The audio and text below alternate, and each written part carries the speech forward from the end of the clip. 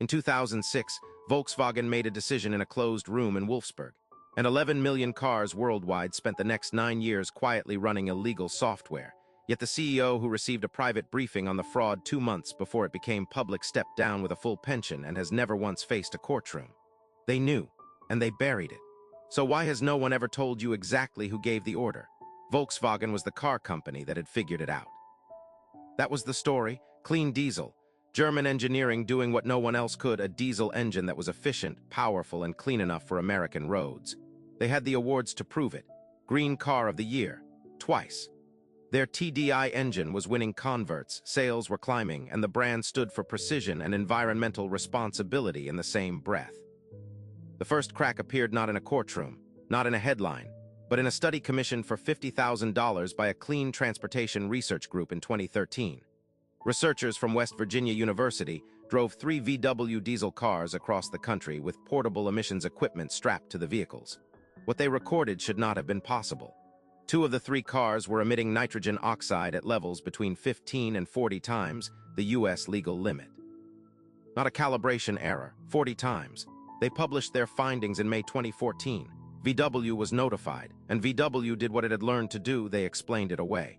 Technical anomalies, altitude variations, testing variances. The EPA accepted that explanation. For over a year, what regulators didn't know was that VW had been running this play since 2006. That was the year engineers told the company what it didn't want to hear. Meeting U.S. emissions standards with their diesel technology at the price point they needed was not achievable. Not without cutting performance, not without raising costs. So someone made a call, not a lone engineer working in a basement.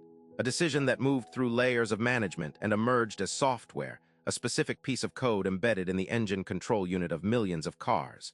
The code detected test conditions: stationary steering wheel, specific RPM patterns, the precise fingerprint of a regulated emissions test. When the car recognized those signals, it activated a cleaner burning mode. The moment you drove off the lot, the software cut out. The engine ran dirty. They had a name for this. They called it a defeat device. They built it on purpose. But that's not even the part they really didn't want out.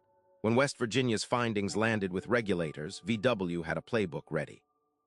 Technical issues, altitude, temperature, equipment variance. They issued a software update. Researchers retested. Still illegal. VW returned with more explanations. This went on for a year. The cover required VW's American compliance team to sit across from regulators and repeat the lie. Oliver Schmidt, the company's emissions compliance chief in the U.S., was in those meetings. He knew exactly what the defeat device was. He was carrying a secret worth billions in sales on one side and a federal prison sentence on the other. In September 2015, the EPA ran out of patience. They told Volkswagen they would not certify any 2016 VW or Audi vehicles for American sale unless the company came clean. VW came clean. 11 million cars. Worldwide, not a regional test. Not a limited recall. 11 million vehicles had been sold with illegal software baked into the engine. In the United States alone, 500,000.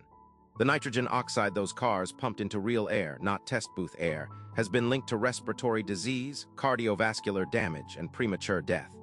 A Harvard analysis estimated VW's excess pollution contributed to approximately 59 premature deaths in the U.S. alone. 60 people dead because the math worked better with the software on. VW's stock lost a third of its value in 48 hours, $26 billion erased. The company ultimately paid more than $33 billion in fines, settlements, and buybacks. The largest automotive scandal settlement in history. And here is the part that contradicts everything you were told about accountability. CEO Martin Winterkorn stepped down days after the admission. The board thanked him and sent him off with a full pension. In 2019, a U.S. federal grand jury indicted him on 4 criminal counts: wire fraud, conspiracy. The indictment cited a briefing Winterkorn received in July 2015, 2 full months before the EPA forced the confession that explicitly laid out the defeat device. He knew. The document says so, but Winterkorn is a German citizen. Germany does not extradite its own nationals. He has never appeared in an American courtroom. The people who went to prison were the Americans in the room.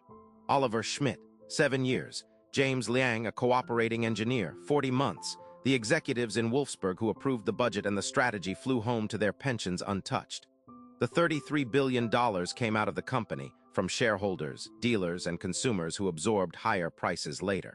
The architects of the fraud paid nothing personally. Volkswagen is still selling cars. The TDI badge was quietly retired.